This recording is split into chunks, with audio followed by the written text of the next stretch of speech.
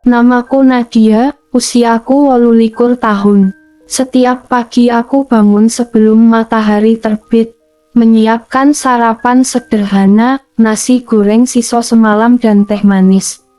Di dapur kecil rumah kontrakan kami, aku memasak sambil sesekali melirik suamiku, Galang, yang masih tertidur di ruang tengah. "Sayang bangun, kamu janji mau bantu nyetrika seragamku hari ini," kataku sambil tersenyum. Galang menggeliat malas, lalu menoleh padaku.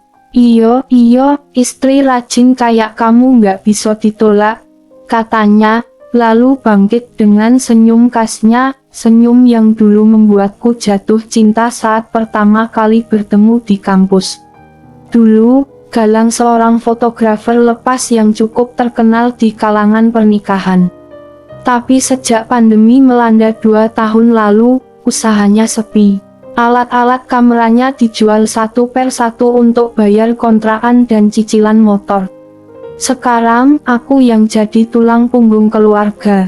Aku bekerja sebagai staf administrasi di sebuah perusahaan distribusi, dan meski gajinya pas-pasan, cukup untuk hidup dengan sederhana. Kami tinggal di rumah petak berukuran 4x6 meter. Dinding tipis, kamar sempit, dapur menyatu dengan ruang tamu. Tapi kami punya yang tak bisa dibeli dengan uang, towo. Kebersamaan dan cinta. Aku tak pernah mengeluh, Galang juga tak pernah menuntut. Kami saling menguatkan. Setiap malam, sebelum tidur, dia selalu bilang, "Luwih gede soko, nanti kalau aku sukses lagi, kamu tinggal duduk manis. Nggak perlu capek kerja." Dan aku selalu menjawab, "Kalau kita harus capek bareng dulu, aku nggak opo-opo. Asal capeknya sama kamu." Hari itu seperti biasa, aku naik ojek online ke kantor, menyapa satpam dengan senyum, lalu duduk di meja kecilku di lantai 2. Rutinitas biasa, tapi entah kenapa, pagi itu, aku merasa ada sesuatu yang berbeda. Seperti udara yang lebih berat dari biasanya. Dan itu bukan karena panas. Itu karena Pak Arman, atasanku, tiba-tiba memanggilku ke ruangannya. Jantungku berdetak sedikit lebih cepat. Biasanya, aku hanya berurusan dengan atasan langsung di bagian administrasi. Tapi pagi itu, Pak Arman, direktur operasional yang jarang turun tangan, memintaku datang langsung ke ruangannya di lantai 3.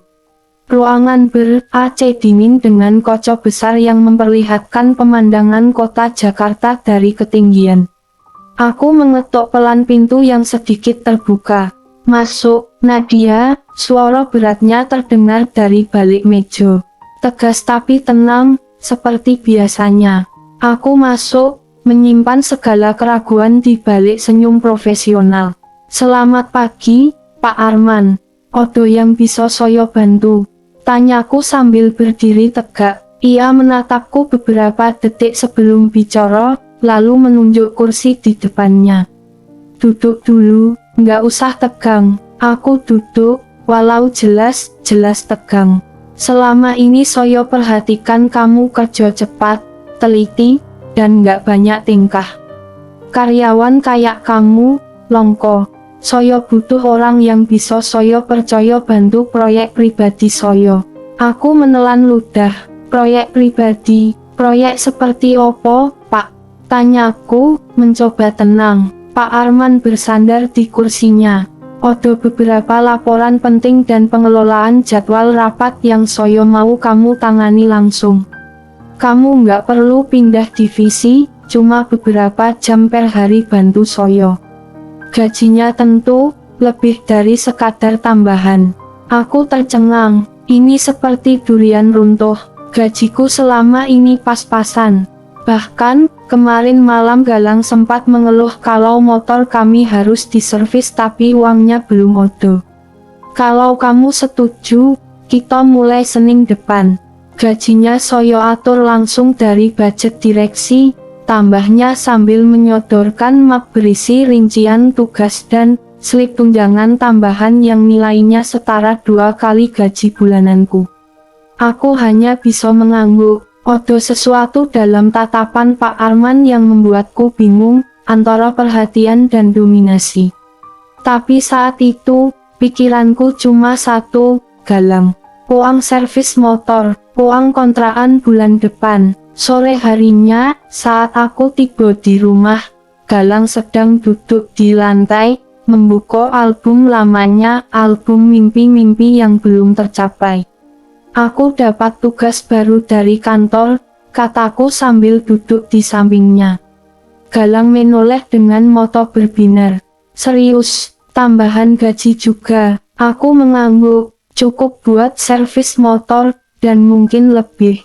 Galang langsung memelukku erat. Kamu penyelamat kita. Tapi saat aku memejamkan mata dalam pelukannya, entah kenapa, wajah Pak Arman muncul dalam bayanganku. Senyumnya, caranya memandangku, dan niat di balik tawarannya yang belum sepenuhnya bisa kutebak. Dan malam itu, aku mulai menyadari, mungkin ini bukan sekadar proyek kerja. Sejak malam itu, pikiranku tak bisa tenang. Aku berbaring di samping Galang yang sudah tertidur pulas, tapi mataku menatap kosong ke langit-langit. Kata-kata Pak Arman terus berulang di kepala. Saya butuh orang yang bisa saya percaya. Apakah ini hanya pekerjaan biasa?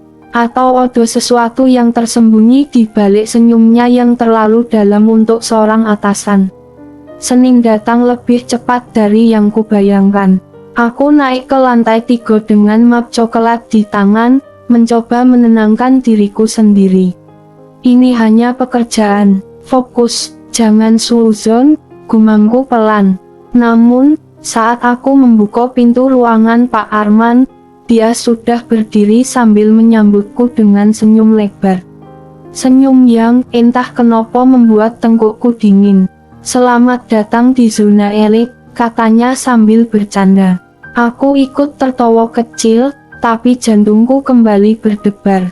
Sepanjang pagi aku diberi penjelasan soal jadwal meeting, daftar klien penting, dan dokumen yang harus dikelola dengan rapi. Tak ada yang aneh, semuanya profesional. Tapi yang membuatku tak nyaman adalah caranya memperhatikanku. Setiap kali aku menjelaskan sesuatu, matanya tidak hanya melihat dokumen. Ia melihatku, bukan sebagai staf, tapi sebagai seorang perempuan, dan dia tidak menyembunyikannya. Saat jam makan siang, dia berkata, jangan makan di pantry. Temani saya makan di ruang VIP. Lebih tenang, aku ingin menolak, tapi siapa aku untuk menolak ajakan seorang direktur? Di ruang makan VIP, hanya ada kami berdua. Makanan sudah disiapkan oleh staf khusus. Di tengah-tengah makan, tiba-tiba dia berkata pelan, Nadia, kamu tahu nggak? Saya sudah lama memperhatikan kamu. Aku menghentikan gerakan sendokku, bukan cuma karena kerja kamu bagus, tapi karena kamu beda. Ada sesuatu di diri kamu yang nggak dimiliki orang lain. Aku menelan ludah. Ini bukan lagi basa-basi kantor. Ini mulai melewati batas. Tapi sebelum aku sempat bereaksi, dia menambahkan, tenang. Saya tahu kamu perempuan baik-baik. Saya cuma pengen kamu tahu, kalau kamu istimewa. Aku hanya tersenyum kaku. Terima kasih, Pak. Tapi jauh di dalam, hatiku mulai goyah. Bukan karena kata-katanya, tapi karena aku sadar, aku sedang berjalan menuju tempat yang belum tentu bisa kuputar balik. Dan saat aku pulang malam itu, Galang menyambutku dengan pelukan hangat. Dia memamerkan motor yang sudah diservis, matanya penuh syukur. Aku bangga sama kamu, katanya sambil mencium keningku. Dan aku hanya bisa memeluknya sambil menahan air mata. Bukan karena lelah, tapi karena ada sesuatu dalam diriku yang mulai retak, dan aku belum tahu bagaimana menghentikannya. Retaan itu, awalnya kecil, seperti garis samar di kaca bening. Tapi hari demi hari ia makin jelas. Dan aku mulai merasa bahwa aku bukan lagi Nadia yang sama. Di kantor, kedekatanku dengan Pak Arman makin jadi bahan bisik-bisik. Vera, sahabat sekantorku yang biasanya ceruwet, kini mulai berbicara dengan nada yang berbeda. "Nat, kamu hati-hati yo," katanya saat kami sedang di pantry. "Pak Arman itu, yo kamu tahu sendiri. Banyak yang pernah didekatinya, tapi habis manis sepah dibuang." Aku tersenyum seolah tidak peduli, padahal jantungku seperti disiram air es. "Aku cuma kerja kok," jawabku ringan. Tapi bahkan aku sendiri tak yakin dengan jawabanku. Sore itu, hujan turun deras. Jalanan macet total, dan ojek online yang biasanya aku pesan tak bisa menjemput. Saat aku masih berdiri di depan lobi kantor, Pak Arman menghampiri dengan payung di tangan. "Mobil saya kosong, saya antar," katanya dengan nada tenang tapi pasti. Aku ingin menolak, sungguh, tapi tubuhku justru melangkah mengikuti. Di dalam mobil, suasananya sunyi. Radio menyala pelan, memainkan lagu Lomo tentang cinta yang tak diharapkan. Dan tiba-tiba, tanpa obo-obo, Pak Arman berkata, "Nadia, kalau kamu jadi istri saya, kamu nggak akan pernah kehujanan seperti tadi. Kamu akan punya mobil sendiri, rumah nyaman, semua yang kamu mau, tinggal bilang." Aku menoleh, menatap wajahnya. "Serius, tegas, tak main-main, Pak, saya sudah menikah," jawabku pelan. Tapi suaraku goyah. Dia tersenyum, bukan mengejek, tapi seolah tahu bahwa jawabanku belum tentu final. "Dan suami kamu membiarkan kamu kerja sampai malam begini, pulang kehujanan, demi gaji yang bahkan gak cukup buat hidup layak." Aku terdiam, tak mampu berkata-kata, karena sebagian dari itu benar. Setiba di rumah, Galang menyambutku dengan handuk dan teh hangat. Tapi ada sesuatu dalam pelukannya yang tidak kutemukan lagi, rasa aman. Bukan karena dia berubah, tapi karena aku yang mulai berubah. Malam itu, di atas kasur kecil kami, aku memandang langit-langit seperti malam-malam sebelumnya. Tapi malam ini, aku mulai bertanya, kalau pilihan hidup bisa dibeli, berapa harga yang pantas untuk sebuah pengkhianatan? Dan sayangnya, pikiranku mulai menjawabnya sendiri. Jawabannya tidak langsung berupa iya atau tidak, tapi berupa rasa penasaran, tanya kecil yang tumbuh liar di dalam kepala. Dan di hari-hari berikutnya, pertanyaan itu menjelma menjadi kenyataan yang tak lagi bisa kuabaikan. Pak Arman mulai bersikap lebih personal. Dia menanyakan hal-hal yang tidak ada hubungannya dengan pekerjaan. "Apa makanan favorit kamu, Nadia? Suami kamu pernah ngasih kejutan nggak? Kamu pernah mimpi tinggal di luar negeri?" Pertanyaan itu seperti benih yang ia tabur pelan-pelan di pikiranku. Dan parahnya, aku membiarkannya tumbuh. Suatu sore, setelah semua orang pulang dan aku masih di ruangannya menyusun laporan, dia berdiri di belakangku. Dekat, sangat dekat. "Nadia," suaranya pelan. Aku menoleh, dan matanya menatapku lekat-lekat. Ada jeda beberapa detik sebelum ia bicara lagi. "Kamu tahu, kamu bisa punya hidup yang jauh lebih baik kalau kamu mau buka sedikit ruang." Aku tahu apa maksudnya.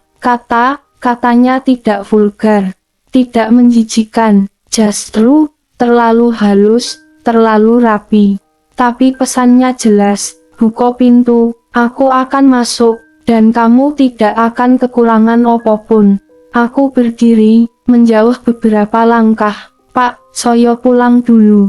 Laporan akan saya email malam ini."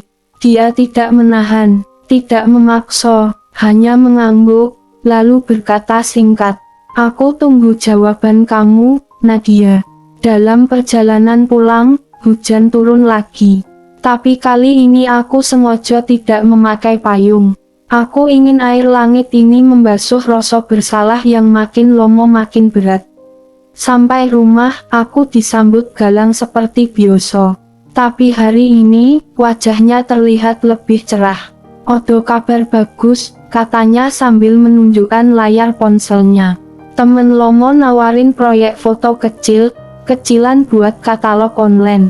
Gajinya nggak besar, tapi cukup buat mulai lagi sedikit demi sedikit." Aku langsung memeluknya, menahan air mata yang nyaris jatuh. Karena di saat aku mulai goyah, Galang masih berjuang dengan caranya yang jujur. Tapi saat malam menjelang, dan aku membuka email untuk mengirim laporan ke Pak Arman, aku melihat balasan dari dia yang hanya berisi satu kalimat. "Aku sudah siapkan semuanya, kamu hanya tinggal bilang, yo." Aku menatap layar cukup lama sebelum akhirnya mematikan laptop. Menatap langit malam dari jendela kecil kamar kontrakan kami. Dan malam itu, aku sadar, pilihan ini bukan tentang benar atau salah. Tapi tentang siapa yang harus aku khianati lebih dulu, diriku sendiri atau suamiku. Dan di pagi itu, aku memilih untuk mengkhianati diriku sendiri. Aku datang ke kantor lebih awal dari biasanya. Mengenakan blus putih yang kupilih dengan lebih hati-hati dari biasanya. Sedikit beda, sedikit lipstik, tapi cukup untuk membuat pantulan wajahku di cermin terlihat, bukan sebagai Nadia yang biasanya.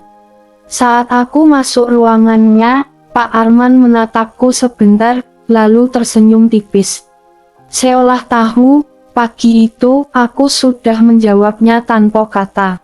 Tak odo pelukan, tak odo sentuhan, tapi suasana berubah total. Semua jadi lebih sunyi, tapi juga lebih padat, seperti udara yang penuh dengan sesuatu yang tidak terlihat, tapi terasa. Pekerjaan kami tetap jalan, tapi odo percakapan yang kini berpindah dari mulut ke mata. Setiap tatapan dari dia seperti kalimat baru yang tak bisa kuucapkan dengan suara. Di sela jam makan siang, dia meletakkan satu amplop kecil di atas mejaku. Aku membukanya diam-diam. Isinya, voucher menginap di Hotel Bintang 5, 1 malam, semua fasilitas lengkap. Dan secarik kertas kecil bertuliskan, "Kamu berhak merasa hidup. Walau hanya semalam." Aku kembali ke rumah malam itu dengan amplop yang kusembunyikan di dalam tas, seakan itu benda terlarang. Galang menyambutku sambil memanaskan sisa nasi goreng pagi tadi. "Kamu capek banget, Nat," katanya sambil menyuapkan sesendok kecil ke mulutku. Aku tersenyum, pura-pura lelah.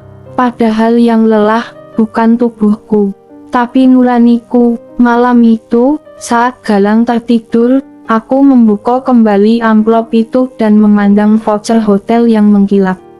Tanganku gemetar, tapi entah kenapa, aku tidak meletakkannya. Justru, aku menyelipkannya ke dalam dompet.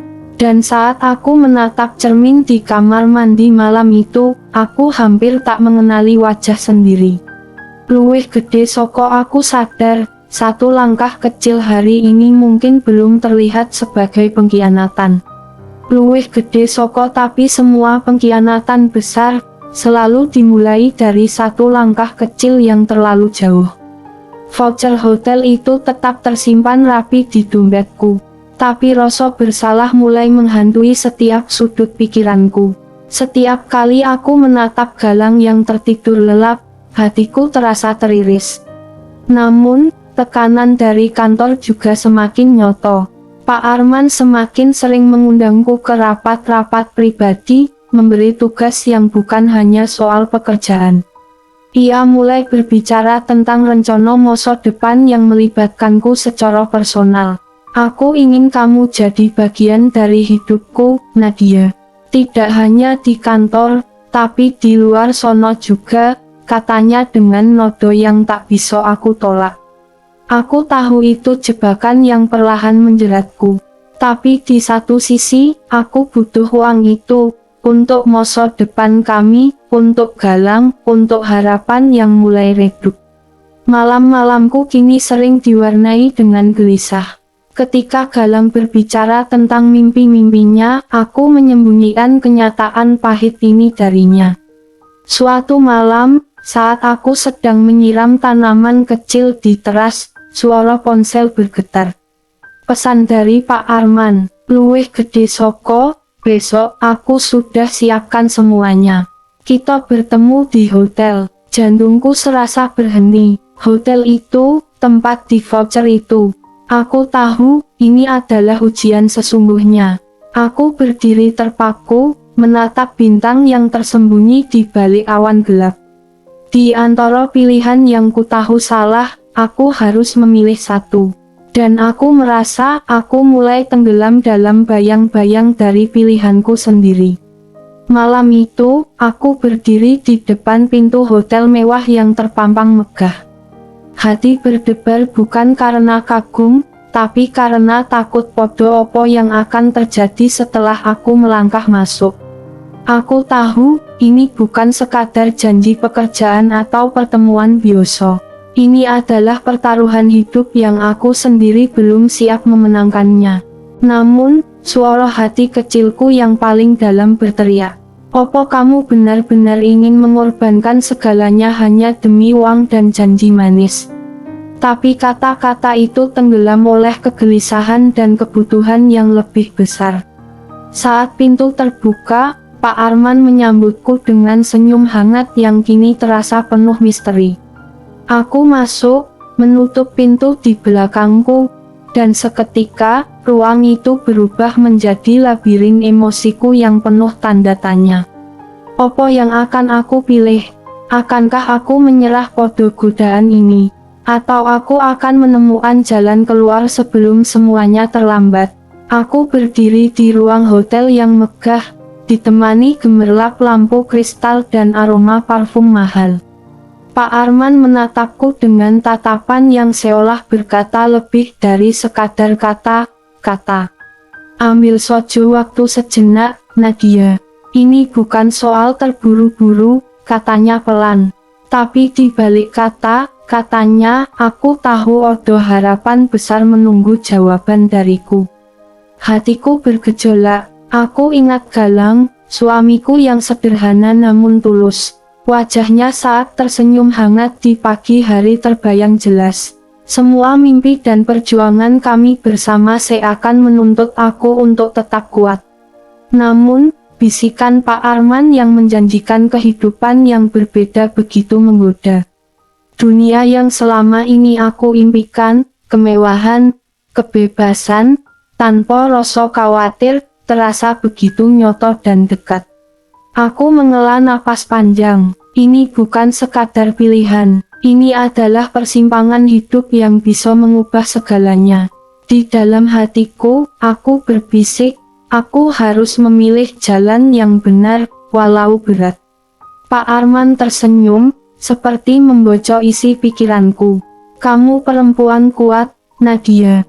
Aku percaya kamu tahu apa yang terbaik." Aku menatap matanya, dan dengan suara bergetar, aku berkata, "Aku butuh waktu untuk memikirkan semuanya." Dia mengangguk mengerti, dan malam itu aku pulang dengan hati yang lebih berat dari sebelumnya.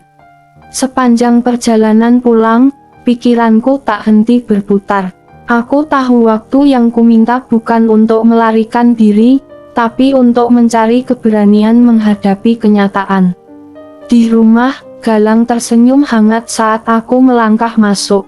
"Tadi aku cari ide untuk proyek baru, Nat. Aku yakin ini bisa membantu kita," katanya penuh semangat. Aku memeluknya erat, berusaha menyembunyikan kegelisahan yang mulai merasuk dalam dada. Aku ingin memberi dia kekuatan, tapi aku sendiri merasa rapuh. Malam itu aku termenung lomo di balkon, menatap bintang yang tersembunyi di balik awan gelap. Aku bertanya pada diri sendiri, apakah aku akan terus hidup dalam kebohongan? Ataukah aku harus melangkah ke jalan yang benar, walau penuh risiko? Jawaban itu belum kutemukan, tapi aku tahu satu hal, aku tak bisa terus berdiri di persimpangan ini tanpa bergerak. Keesokan harinya, aku memutuskan untuk menemui sahabat lamaku, Rino, yang selalu jujur dan bisa kuandalkan. Aku butuh seseorang untuk mendengarkan tanpa menghakimi. Saat aku berbicara dengan Rino, air mataku jatuh tanpa kuasa. Aku merasa hancur, Ri. Aku takut kehilangan semuanya, kataku lirih. Rino menggenggam tanganku, menatap mataku penuh pengertian. Kamu kuat, Nat, tapi ingat, kekuatan itu bukan berarti kamu harus bertarung sendirian. Malam itu, aku mulai menyadari bahwa menghadapi konflik ini bukan tentang menahan diri sendiri, tapi tentang mencari kekuatan baru, dari dalam dan dari orang-orang yang peduli. Namun, kekuatan itu terasa begitu jauh saat kenyataan mulai mengguncang dunia kecilku. Hari setelah aku bicara dengan Rino, aku berusaha tegar. Aku mencoba menolak godaan Pak Arman dengan tegas, bertekad untuk tetap setia pada Galang dan hidup yang sederhana.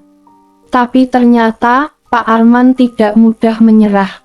Suatu sore, saat aku pulang dari kantor, aku menemukan sebuah amplop putih tergeletak di depan pintu kontrakanku. Di dalamnya, sebuah surat singkat dan sebuah cek dengan nominal yang sangat besar. Untuk masa depanmu dan keluarga, begitu tulis Pak Arman. Aku tercengang, ini bukan hanya tentang godaan lagi, tapi tentang tekanan yang tak bisa kuhindari. Di sisi lain, Galang mulai curiga. Ia memperhatikan perubahan sikapku yang semakin menjauh, semakin tertutup. Suatu malam, ia bertanya dengan lirih, Nat, odo opo, kamu berbeda akhir-akhir ini. Aku terdiam, kata-kata yang sudah kutahan selama ini akhirnya pecah juga. Aku sedang menghadapi sesuatu, Gal, kataku, suara bergetar. Tapi aku janji, aku akan jujur padamu suatu saat nanti. Malam itu, aku menangis dalam pelukannya. Aku tahu aku telah memasuki titik terendah dalam hidup. Dan di saat aku paling lemah, aku menyadari satu hal. Pilihan yang harus aku ambil bukan hanya tentang aku dan Pak Arman, tapi tentang masa depan Galang, orang yang paling aku sayang. Keesokan harinya, aku duduk termenung di depan cangkir kopi yang sudah dingin. Surat dan cek itu masih tergeletak di meja, membebani pikiranku. Aku tahu, jika aku menerima, semua masalah finansial kami akan teratasi. Tapi aku juga tahu, aku akan kehilangan sesuatu yang jauh lebih berharga, rasa hormat pada diri sendiri dan cinta Galang. Ketika Galang pulang, aku mencoba tersenyum seperti biasa. Namun, matanya yang penuh perhatian menangkap kegelisahan dalam diri. Nat, kamu harus cerita. Aku bisa bantu, katanya lembut. Hatiku nyaris hancur. Aku ingin terbuka, tapi takut jika aku mengaku semuanya, dunia kami akan runtuh. Malam itu aku duduk sendiri, mencoba menenangkan hati yang bimbang. Aku membayangkan wajah Galang yang polos dan penuh harapan. Aku tidak ingin menghancurkan mimpi kami bersama. Tapi suara Pak Arman terus menghantui. Pesan singkatnya, janji-janji manis yang sudah mulai terasa seperti belenggu. Pikirkan lagi, Nadia, ini kesempatan yang tidak datang dua kali. Aku sadar, aku berada di persimpangan yang semakin gelap. Bisakah aku menemukan kekuatan untuk menolak godaan terakhir ini? Atau akankah aku menyerah demi masa depan yang lebih mudah, walau harus membayar mahal dengan hati? Hari itu, aku menerima telepon dari Pak Arman. Suaranya lembut, tapi penuh tekanan yang tak bisa kuabaikan. Kamu sudah siap, Nadia? Semua sudah diatur, ini jalan terakhirmu, katanya. Jantungku berdegup kencang. Semua terasa seperti mimpi buruk yang tak bisa kuhindari. Aku berusaha mengalihkan pikiranku, tapi bayangan wajah Galang dan masa depan yang kami impikan terus menghantui. Malamnya, aku duduk di ruang tamu sendirian, menatap foto kami berdua yang tersenyum bahagia. Air mata menetes, mengalir tanpa henti. Aku merasa dunia ini runtuh di sekelilingku. Bagaimana bisa aku mempertaruhkan segalanya hanya untuk selembar cek dan janji palsu? Namun, di tengah kehancuran itu, aku merasakan sesuatu yang menguatkan. Suara hatiku yang selama ini kutinggalkan, mulai berbisik lagi, mengatakan bahwa aku harus berani memilih jalan yang benar. Esok pagi, aku tahu aku harus mengambil keputusan yang paling sulit dalam hidupku.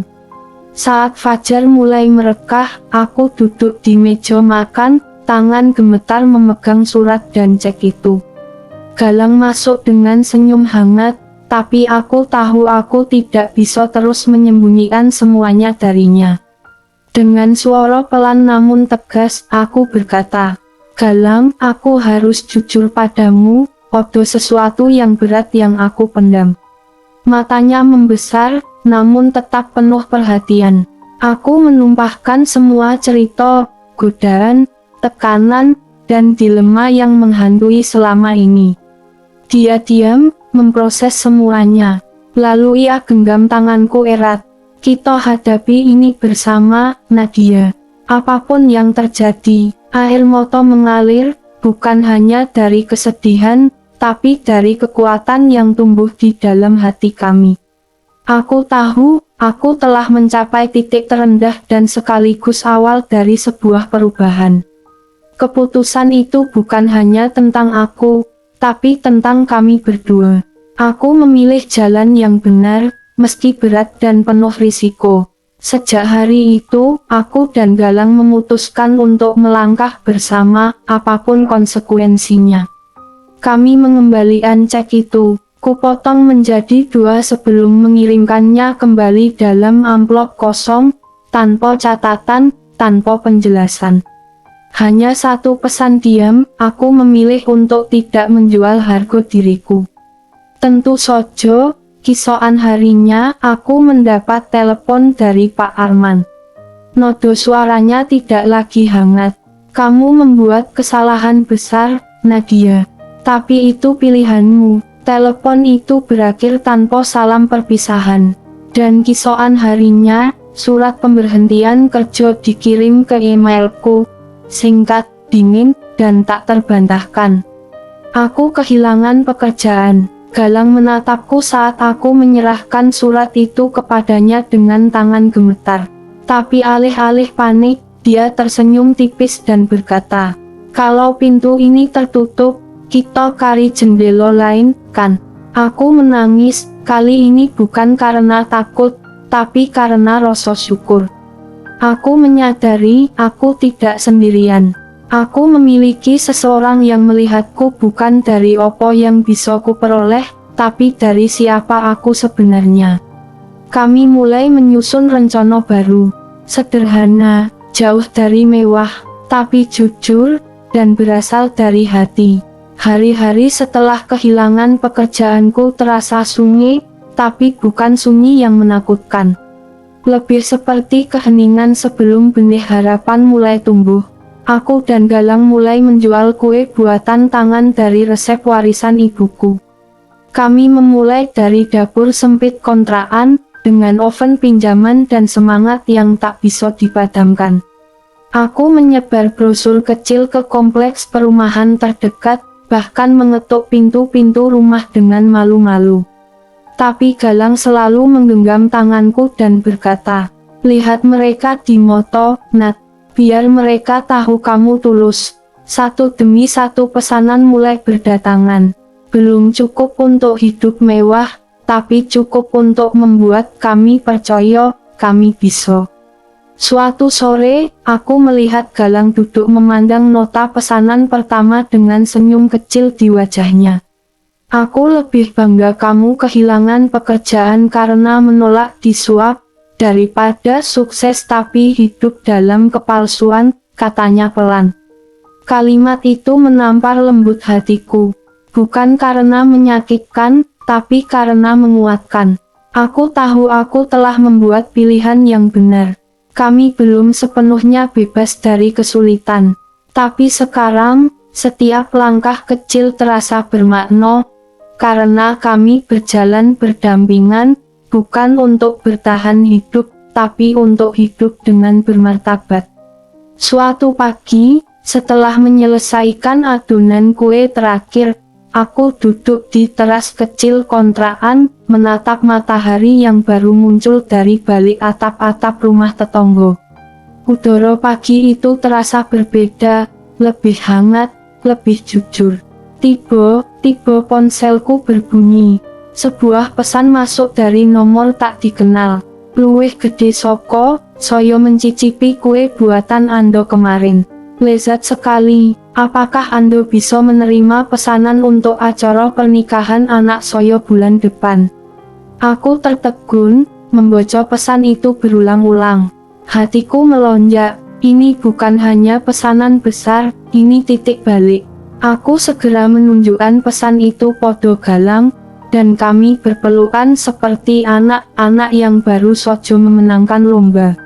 Saat kami mulai menyiapkan bahan, aku menyadari, inilah kebahagiaan yang tidak instan, tidak dihadiahkan, dan tidak dipinjam. Ini kebahagiaan yang kuperjuangkan sendiri. Aku tak lagi melihat Pak Arman. Dunia lamaku telah tertutup rapat. Tidak ada lagi kemewahan palsu, janji kosong, atau pilihan penuh rasa bersalah. Yang ada hanyalah kami, aku dan Galang, berjuang, tertawa, lelah bersama, tapi sungguh hidup. Aku tak pernah menyangka jalan hidupku akan berbelok sejauh ini. Tapi jika harus memilih ulang, aku akan tetap memilih jalur yang sama. Karena disinilah aku menemukan arti bahagia yang sebenarnya, bukan dari apa yang diberi orang lain, tapi dari apa yang aku bangun sendiri. Hari itu, aku berdiri di dapur mungil kami, memandangi loyang-loyang kue yang baru saja matang. Aroma manis memenuhi ruangan, membawa kenangan sekaligus pengharapan. Siapa sangka, dari tempat sekecil ini, aku belajar membangun kembali hidup yang pernah retak. Sambil membersihkan meja, pikiranku melayang kembali ke hari-hari gelap saat aku masih bergantung pada janji manis Pak Arman. Aku sempat nyaris kehilangan akal sehat, kehilangan arah, kehilangan diriku sendiri. Tapi dari kejatuhan itu, aku justru bangkit, bukan karena keajaiban, tapi karena keberanian untuk jujur dan memilih jalan yang sulit. Suatu sore, aku menerima undangan reuni kantor Lomo. Dalam daftar hadir, tertulis nama Pak Arman juga. Rasanya seperti ujian kecil dari semesta. Galang tahu aku ragu untuk datang, tapi dia menatapku dan berkata, "Kalau kamu datang bukan untuk dendam, tapi untuk membuktikan bahwa kamu baik-baik saja tanpa mereka, pergilah." Aku pun datang. Ruangan itu penuh wajah-wajah Lomo. Beberapa menyapaku canggung, beberapa tak percaya aku masih bisa tersenyum. Lalu aku melihat Pak Arman di sudut ruangan. Matanya menatapku sebentar, lalu mengalihkan pandangannya. Dia tahu, dan aku pun tersenyum. Bukan karena ingin menang, tapi karena aku sudah selesai berperang. Perjalanan pulang dari reuni malam itu terasa berbeda. Tidak ada lagi beban di pundak, tidak ada lagi sesal di dodo. Hanya ketenangan, yang selama ini aku cari. Di atas motor tua kami, Galang menggenggam tanganku di lampu merah. "Kamu baik-baik ojo?" tanyanya. Aku mengangguk, lalu menyondarkan kepalaku di pundaknya. Aku lebih dari baik, aku damai. Sampai di rumah, aku menatap wajahku di cermin. Perempuan yang kulihat di sono bukan lagi sosok rapuh yang mudah diombang-ambingkan dunia. bukan juga perempuan yang merasa harus menyenangkan semua orang. Dia adalah aku yang baru, penuh luka, tapi tak lagi takut. Penuh cerita, tapi tidak menyesalinya. Karena dari luka-luka itulah aku belajar tentang arti harga diri, ketulusan, dan cinta yang tak bisa dibeli. Beberapa minggu kemudian, usaha kecil kami mulai viral di media sosial setelah salah satu pelanggan memposting testimoni dengan video singkat. Pesanan datang dari luar kota, bahkan ada yang menawarkan kerja sama jangka panjang. Aku dan Galang saling menatap, tak percaya, tapi sangat bersyukur. Kami tidak meraih ini dengan instan. Kami meraihnya dengan air mata, keputusan sulit, dan kekuatan untuk bertahan saat segalanya hampir runtuh. Dan saat itu, aku sadar, kadang, kebahagiaan sejati tidak datang setelah badai berlalu, tapi justru tumbuh dari serpihan yang berserakan. Hari ini, aku berdiri di depan ruko kecil hasil tabungan kami, dengan papan nama sederhana bertuliskan, Roso Nadia, toko kue rumahan yang kini menjadi tempat harapan banyak orang, bukan cuma aku. Galang memotong pita pembukaannya dengan senyum yang tak bisa disembunyikan. Kami tidak menyewa selebriti, tidak ada kamera media. Tapi tamu-tamu yang datang membawa sesuatu yang jauh lebih hangat, doa, pelukan, dan tawa. Aku memandangi ruangan kecil itu. Dindingnya masih polos, tapi penuh cerita. Setiap loyang, setiap toples, adalah saksi dari perjalanan yang tak pernah mudah. Seorang ibu muda datang menghampiriku. Wajahnya lelah, matanya sembab. Ia berkata pelan, "Kak, aku pernah hampir menyerah, tapi aku baca kisah kakak di blog. Sekarang, aku mau coba bangkit juga." Aku menggenggam tangannya erat, tak ada nasihat panjang, hanya satu kalimat, "Selama kamu masih punya hati yang jujur, kamu pasti bisa." Hari itu aku sadar, kisahku bukan hanya tentang perselingkuhan, kehilangan pekerjaan, atau perjuangan ekonomi. Ini adalah tentang keberanian memilih benar saat salah terasa lebih mudah.